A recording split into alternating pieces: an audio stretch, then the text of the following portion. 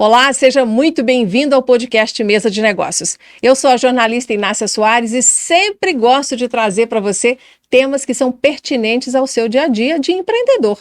E hoje eu trouxe um case de sucesso, mais um para você conhecer, e a gente vai viajar na história desta empreendedora que, olha, em pouco tempo de negócio já fez muita coisa. Ela tem milhares de seguidores em várias redes sociais e ela se tornou uma especialista em confeitaria. Gente, olha só, ela é formada em gastronomia e já está nesse setor aí há 10 anos. Apesar de ter uma carinha de muito menina, ela começou precocemente nesse mundo dos empreendedores. E a primeira iniciativa dela foi vender cupcakes que a mãe fazia na escola. Depois ela mesma enveredou-se aí na cozinha, desenvolvendo habilidades manuais e hoje domina a Showcake, que é a loja que ela montou em Belo Horizonte, em uma região nobre. A Carolina Coscarelli é a minha convidada hoje. Seja muito bem-vinda, Carol. Muito obrigada, estou muito feliz de estar aqui. Eu ainda não tinha visitado as suas páginas sociais e aí eu vejo você ali colocando seus produtos, ensinando as pessoas a empreender. Quer dizer, você vai num leque muito amplo, que vai muito além da confeitaria como empreendedora. Sim, eu também ensino, tenho uma turma de mentoria que eu ensino empreendedoras e eu também tenho um curso de cookies com as receitas para quem quer fazer em casa ou quem quer vender também. Olha isso, a gente vai ter oportunidade de explicar um pouco melhor esses outros caminhos aí desta jornada empreendedora da Carolina Coscarelli.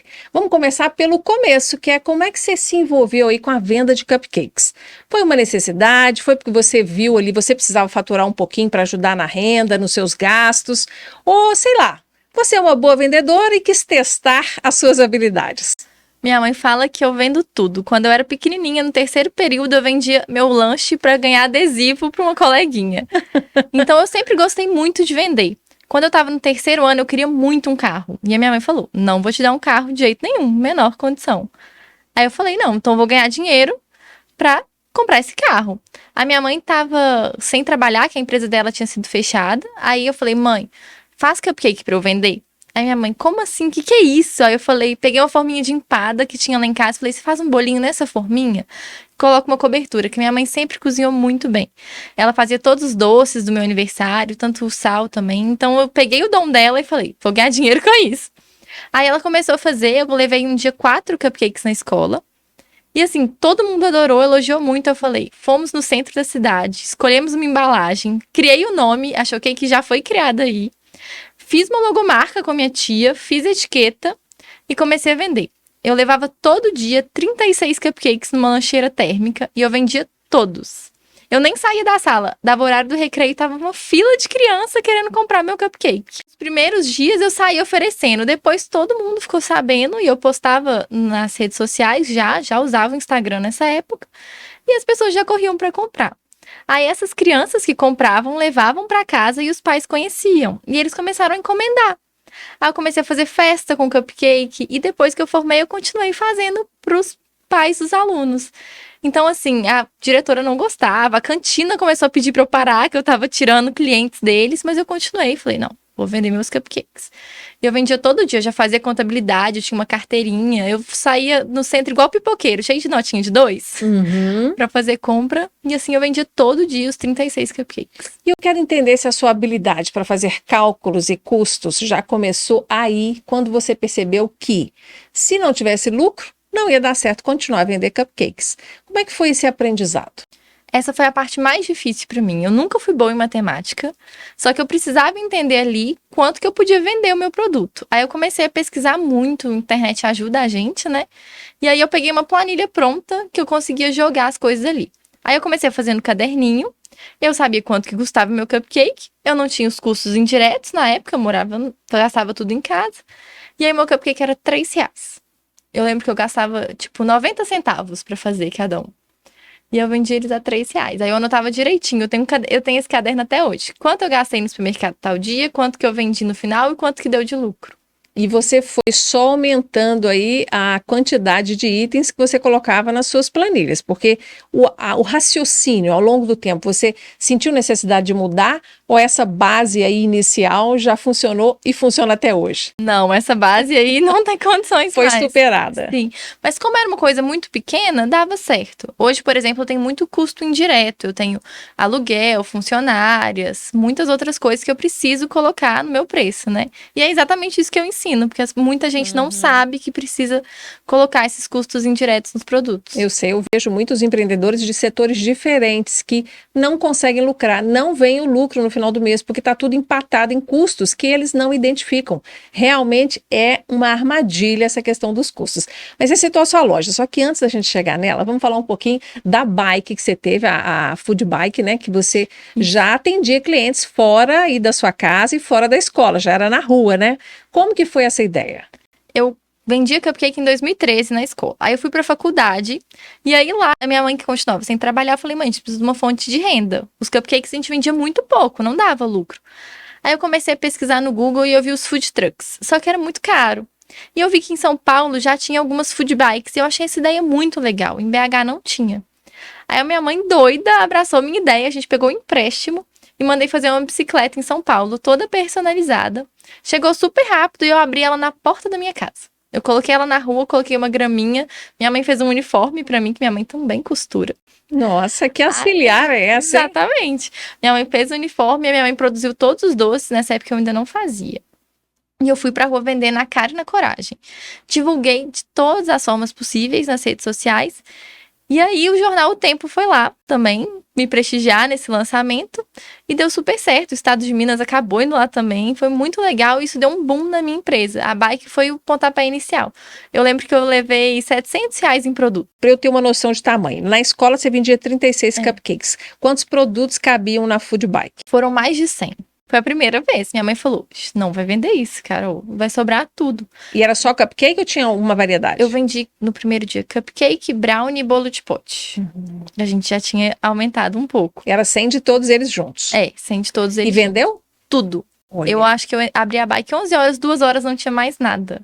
Eu fiquei assim, enlouquecida. Me achei rica esse dia. Falei, tô rica. Vendi tudo. Acabou. E aí, voltou para fazer mais? Comecei a abrir a food bike toda sexta-feira na rua. Que eu não era todo dia? Não era todo dia. Por quê? Primeiro que eu achava que não ia vender todo dia. Eu acho que eu já tinha esse pensamento. Eu gerava aquele gatilho da escassez. Então, todo mundo ficava esperando a sexta-feira para comprar. Eu lembro que tinha uma moça que trabalhava lá, que ela falava, eu chego na janelinha pra ver se já tem o guarda-sol pra eu descer correndo pra comprar meu doce. E aí dava filas e filas.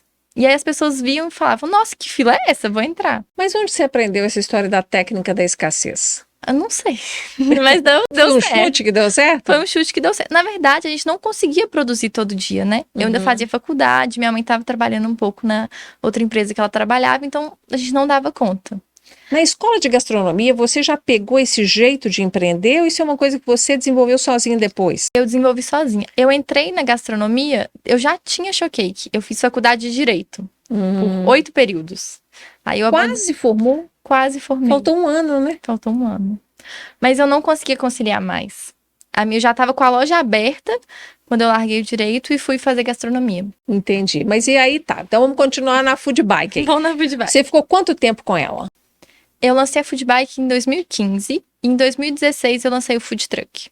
Eu fiquei 1 ano com ela. Mas a food bike você chegou a transitar ou ficava parada só num ponto? Eu ficava parada com ela ali e eu ia em alguns eventos. Pois é, porque festa atraía muito, né? Esse tipo de solução. Eu vendia mais na rua. Sério? Sempre foi. Nessa época da bike eu levei uns prejuízos em eventos, que eu achava que eu tinha que ir em tudo.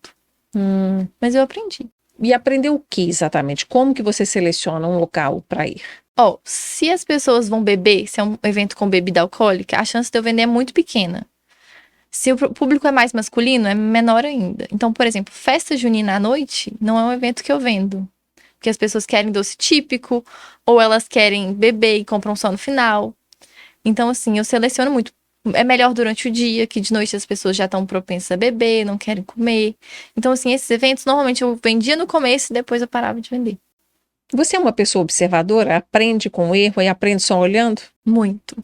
Observo muito. Aí a gente parou de tomar prejuízo com os eventos. Entendi. E aí, vamos então para o food truck.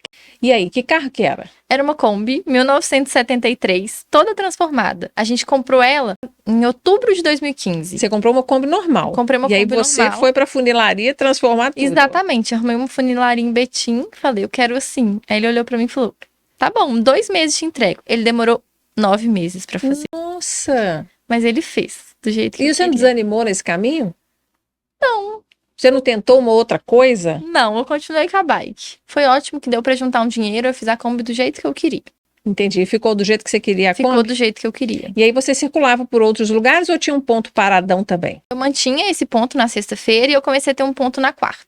E lá, com o food truck, como chamava mais atenção, o faturamento na sexta dobrou. Então, assim, dava sexta-feira, a gente vendia muito, muito mesmo. A Kombi dava fila absurda. E na Kombi, assim como na bike, você já tinha que levar tudo pronto. Você não Sim. fazia nada lá. Não, tudo Não tinha pronto. estrutura para fazer. A gente produzia tudo antes e levava pra vender lá. E os sabores? Como é que você define isso, o seu mix de produtos? É você ou sua mãe, ou vocês juntas? Nós duas juntas. Eu pesquiso muito, principalmente inspirações fora do Brasil, e eu sei o que meus clientes gostam. Mas fora do Brasil vai dar certo aqui? Dá. A gente pega o produto e transforma nos sabores que as pessoas gostam. Dá um exemplo de alguma inspiração que veio do exterior. O meu sanduíche de cookie. Nunca tinha visto ninguém vender aqui. E eu vi o pessoal vendendo ele lá com buttercream, que é uma cobertura muito famosa nos Estados Unidos. Não, eu nem tô imaginando como é que é um sanduíche de cookie. São 2 doce? cookies. É doce. São 2 cookies com recheio de brigadeiro. Ah, E é um dos tá. meus produtos mais vendidos desde a época do food truck. Então você que inventou essa iguaria. Eu que inventei, agora você vai ver em vários lugares. As pessoas podem ter inventado também, porque é uma coisa bem legal. Entendi.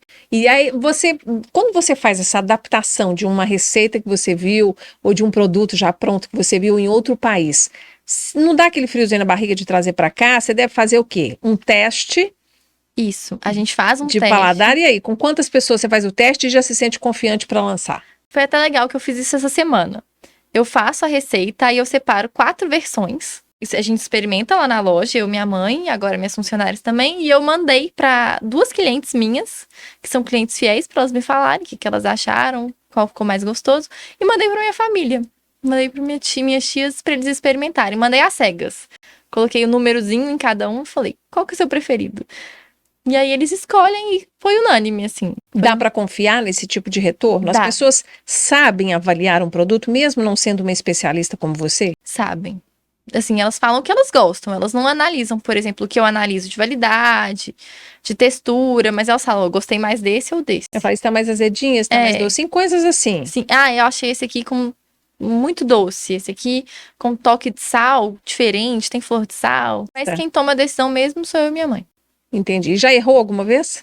Tem produtos que a gente lança e que não dá certo, a gente tira do cardápio. Em quanto tempo você define que foi um erro? 2 meses. E quando começa a sobrar muito, a gente vai reduzindo a produção, mas continua testando.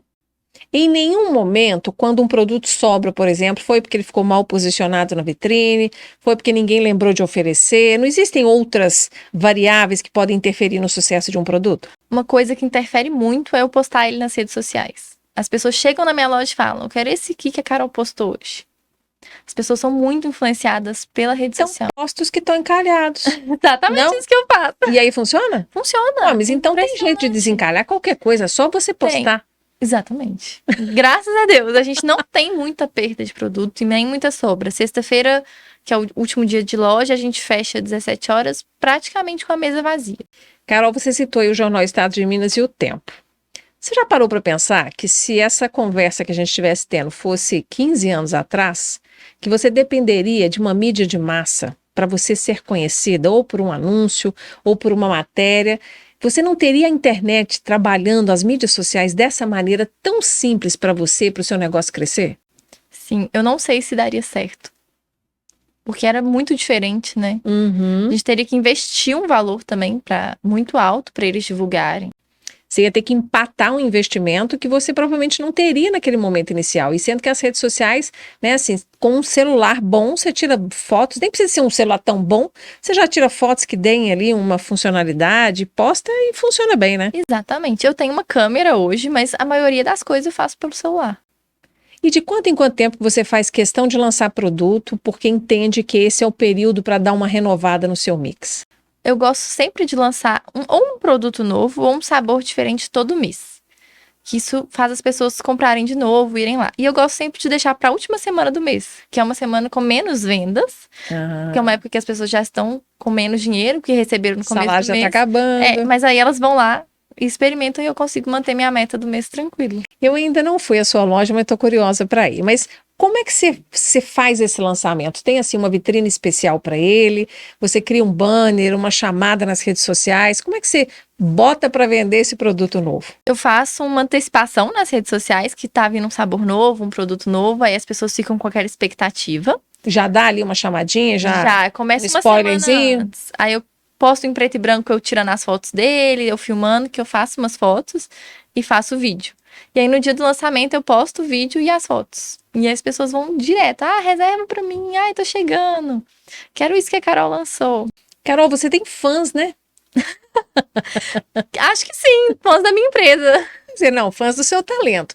E eu quero entrar agora na parte em que você compartilha o seu conhecimento. E essa é uma coisa muito bacana que a Carolina Coscarelli faz, gente. Além de ela ganhar dinheiro com o próprio talento, com esses aprendizados que ela tem na jornada empreendedora, ela também usa esse conhecimento e essa experiência para ajudar outras pessoas. E aí você faz aulas ao vivo, né? E aí tem estudantes que estão participando das suas aulas de vários lugares do Brasil. Não é isso? Sim, eu tenho uma turma de mentoria que tem do Rio, de Manaus, aqui de BH também, e é muito legal a troca. Quando eu comecei na minha empresa, não tinha muitas faculdades que ensinavam isso, não tinha cursos online igual tem hoje, então eu aprendi tudo errando e acertando. E aí, desde que eu comecei, eu pedi ajuda para as pessoas e ninguém queria me ajudar. E eu falei, eu vou ser diferente, eu vou ajudar todo mundo. Só que chega uma hora que a gente precisa monetizar o nosso conhecimento, não dá para ficar só dando dica. E várias pessoas me procuravam, principalmente para a área de gestão, de como que eu fiz a minha empresa crescer sem ter uma faculdade de administração. Então eu resolvi abrir minha primeira turma de mentoria e foi muito legal. Eu consegui cases de sucesso já logo na primeira turma, gente que triplicou o faturamento, gente que conseguiu arrumar a empresa e conseguiu finalmente ver lucro. E além disso, as pessoas se ajudam muito ali. Agora, tem alguma restrição para o aluno não ser seu vizinho, por exemplo, aqui no bairro Funcionários, em Belo Horizonte? Olha, não tem restrição, tem gente de Belo Horizonte na turma e eu acho que o sol brilha para todo mundo. Então, quando a pessoa vira meu aluno, eu vou fazer tudo para ela se tornar o melhor. Inclusive, uma aluna minha, ela tinha um ateliê na Cidade Nova e ela passou para funcionários bem próxima de mim e ela, assim, dobrou o faturamento dela. E eu torço muito por ela, ajudo ela em tudo. Fui no lançamento da loja dela, divulguei. Interessante. E prova de que essa generosidade da Carolina tá dando certo, gente, é que ela, além dessa loja no bairro Funcionários, a Showcake, ela está expandindo a loja, porque até o momento ela tem ali 3 meses de atendimento para você comprar o lanche ali, você comer ali mesmo, e agora ela alugou a loja ao lado para fazer uma expansão desse atendimento. É isso que você vai fazer? Exatamente. Hoje a gente tem a loja e eu tenho um ponto de delivery que funciona todo dia de 10 à meia-noite. Então, a gente trabalha exclusivo no iFood e na loja. Só que a loja tá ficando apertada. Antes as pessoas compravam e iam embora. Agora as pessoas querem ficar lá, tomar um lanche. Acho que mudou um pouco o consumo depois da pandemia, né? Então, a minha loja ficou pequena e a gente conseguiu alugar a loja do lado e vai começar a obra para expansão. Aí a gente vai ter um atendimento bem maior. Tá, mas não dá assim um aperto no coração esse investimento mais alto que compromete uma parte do seu faturamento? Sim, mas a gente tem que fazer as coisas com medo mesmo. Tem? Porque se a gente ficar paralisada, a gente não vai crescer. Quem tem medo e não enfrenta o medo fica para trás. Sim. Eu e a minha mãe, a gente tem uma coisa muito legal. Eu sou muito sonhadora. Pra mim, eu quero alugar todas as lojas, fazer todas as obras possíveis. E a minha mãe é mais pé no chão. Então, a gente sempre chega num consenso que dá certo. A gente se equilibra, assim. Que bom. E a Showcake hoje é responsável por 100% do faturamento da renda da minha casa. Uhum. Então, tudo que a gente tem é graças à Showcake. Já pensou em franquia, Carol? Já. Mas eu preciso ter uma produção muito estabilizada para franquear somente as lojas e manter a produção comigo, igual a Cacau Show. Mas aí você vai ter que mandar tudo, né, por logística, por entrega, transporte, Até isso vai dei uma encarecer o estudada produto, sobre né? isso. Mas no momento eu ainda quero do meu jeito. E outros sonhos que essa Carolina sonhadora tem guardadinha aí? Eu pretendo expandir meus pontos de deliveries, que eu tenho só um agora, para pegar Belo Horizonte inteira. Mas essa expansão do delivery não necessariamente é com loja, é com uma cozinha Não. fechada. Isso, chama Dark Store. Uhum, Eu as dark alugo stores. eu alugo um freezer ou uma geladeira e coloco os produtos lá. Mas aí a produção continua sendo na Sim, loja. continua sendo na loja. Dali você manda e pulveriza isso pelos outros canais. Exatamente. Ah, que legal. Porque realmente as dark stores são uma forma de você fazer com que a entrega do iFood chegue mais rapidamente, né? Que o motoqueiro não tenha que atravessar a cidade ou vários bairros para poder chegar ao seu consumidor final. E pressa, né? Todo mundo Exatamente. pediu agora, quer daqui a meia hora, no máximo, ele já quer estar comendo o que ele escolheu. E com frete mais barato, porque sai da Savassi para Pampulha fica um valor alto. Se eu pegasse um ponto lá, eu conseguiria distribuir por toda a Pampulha com frete bem mais barato. Esse produto fica mais atrativo, com Exatamente. certeza. Carol, desse processo de aprendizado todo aí, nesses anos que você já está com o seu negócio, o que mais, assim, mudou o seu jeito de pensar o empreendedorismo?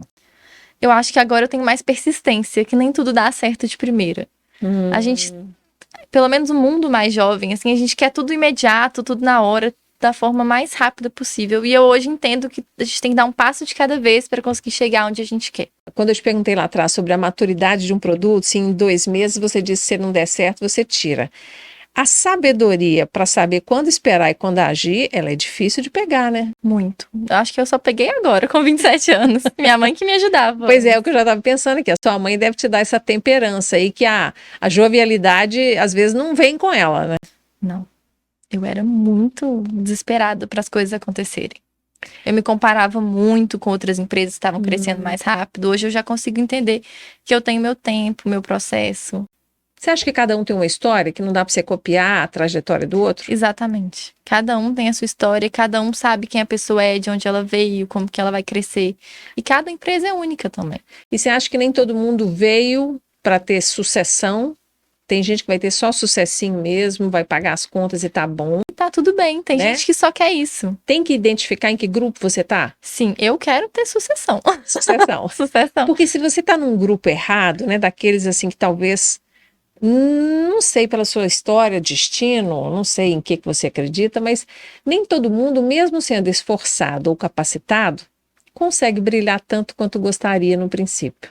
É. Você já viu histórias assim? Já, mas eu acho que às vezes falta persistência e insistência.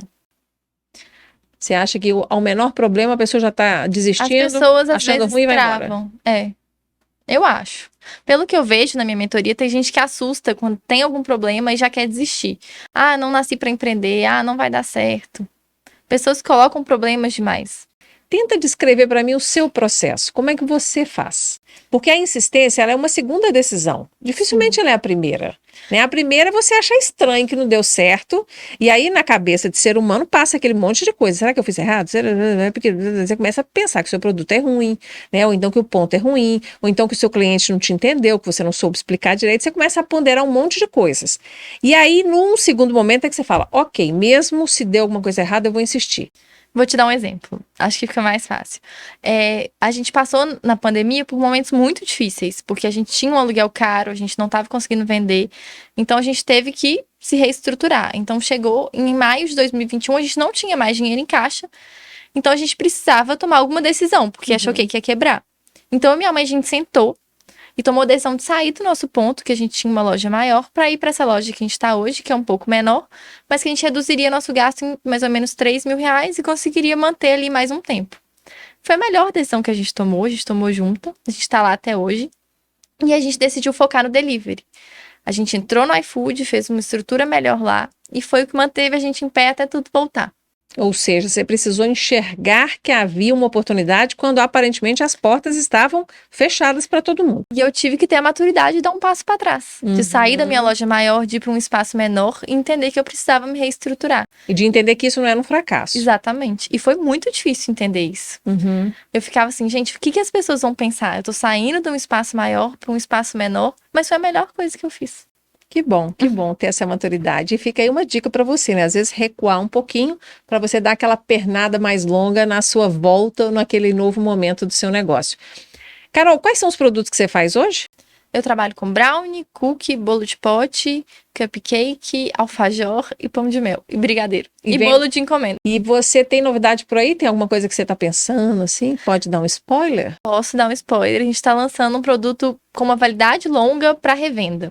A gente já tem uma linha de congelados que a gente trabalha em algumas padarias, Mas a gente está criando um produto com uma validade maior, super diferente, que não tem aí no mercado, para a gente conseguir vender em redes maiores. Até um supermercado, por exemplo. Até um supermercado, por exemplo. E vai ser tudo Showcake, você não vai mudar Tudo a marca, Showcake, não. A Showcake é a minha vida. É a sua vida. É a minha vida. Uma boa escolha. Uma ótima escolha. Nenhuma saudade do direito. Nenhuma. Nem lembra que Nem você fez faculdade de direito. Não. Quando alguém que te conheceu na faculdade te encontra empreendedora, como é que você explica essa situação e essa mudança, essa nova escolha? Eu acho muito engraçado isso. Recentemente foi uma ex-colega minha e ela falou assim: Nossa, Carol, você é tão batalhadora. Assim, ela deu uma desmerecida no meu trabalho, sabe? E eu falei assim: Nossa, sim, mas eu acho que eu tô ganhando muito mais que muita gente que formou em direito. E aí eu me posiciono assim como alguém que eu sou dona de uma empresa. Eu não sou uma menina que faço bolo em casa mais. Assim, na área de direito, dá muitas pessoas que veem, por exemplo, a carreira na área pública como sendo o maior sucesso, né? Exatamente. Passar num concurso bacana, né? Na área jurídica, por exemplo.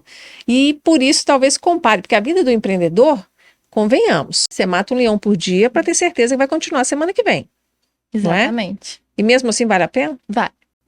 Na hora que você vê sua empresa crescendo, vê os produtos novos, eu agora que vi o projeto da loja nova, assim, valeu por tudo que eu passei essa semana. E ainda está gerando empregos, né? Que já são quantas pessoas com você? Nós temos 4 e eu tô com mais 2 vagas abertas. Opa, e qual área que é? Uma na Confeitaria? cozinha e uma no atendimento. Tá com alguma dificuldade para encher? Tô com uma grande dificuldade de achar pessoas que queiram trabalhar sábado, mas vai dar certo. Quer aproveitar e fazer um convite? Quem quiser mandar currículo pra mim, a gente tá com vaga na cozinha e no atendimento. E para trabalhar com Carolina Coscarelli, o que a pessoa tem que ter? Tem que ser proativa, simpática e ter muita vontade de trabalhar, porque lá é puxado. Carolina, boa sorte para você, que dê tudo certo e que você volte aqui para falar conosco no Mesa de Negócios quando você virar uma rede de franquias, que vai dar certo isso, hein? Muito obrigada pelo convite, espero voltar aqui e quero muito que você vá na minha loja. Eu vou sim. E quando eu encontrar a Showcake lá, qualquer produto no supermercado, também eu vou te ligar para falar assim: ó, Carolina, te vi aqui, hein? Deu Muito aquele obrigada. passo sonhado, hein? Tomara que isso aconteça. Porque rede de supermercado é um outro patamar quando Sim. você consegue entrar. Acho que esse é o meu sonho. Você perguntou qual que é o meu sonho. Acho que meu aí, sonho ó, é entrar. Sua marca tá ali, né? Nas gôndolas, disputando aquele milímetro ali, porque aquele ali é disputadíssimo, você Muito. sabe. Mas a sua relevância no mercado aumenta muito como marca. É exatamente isso que eu quero. Tomara que algum supermercado acredite neste seu produto de longa vida aí, ó, e que possa te chamar, quem sabe, para fazer uma degustação, para você entrar em uma rede. Quem sabe? Quem sabe? Quem sabe? Fica aí a proposta. Obrigada, viu, Carolina? Muito Boa sorte. obrigada. Eu espero que você tenha gostado do case de hoje, a história da Showcake, né? Em tão pouco tempo já está crescendo em Belo Horizonte, ampliando a loja. Carolina começou vendendo os cupcakes na escola, pensa bem. E aí foi vendendo, deu certo. Foi desenvolvendo a veia empreendedora dela, a veia de vendedora dela, porque isso é essencial para qualquer empreendedor, né? Não basta só ser bom naquilo que você gosta de fazer. O mercado tem que ser atendido por você tem que entender essa relação aí com o consumidor, com o cliente, com o fornecedor e precisa ser este empreendedor polivalente para levar o seu negócio à frente. Gostou do case de hoje? Pode curtir, por favor, não se esqueça, e também enviar o link para os seus amigos que estão precisando ter esse gás da Carolina Coscarelli aqui para poder colocar a mão na massa e, quem sabe, empreender também. Obrigado pela sua atenção e até o próximo podcast.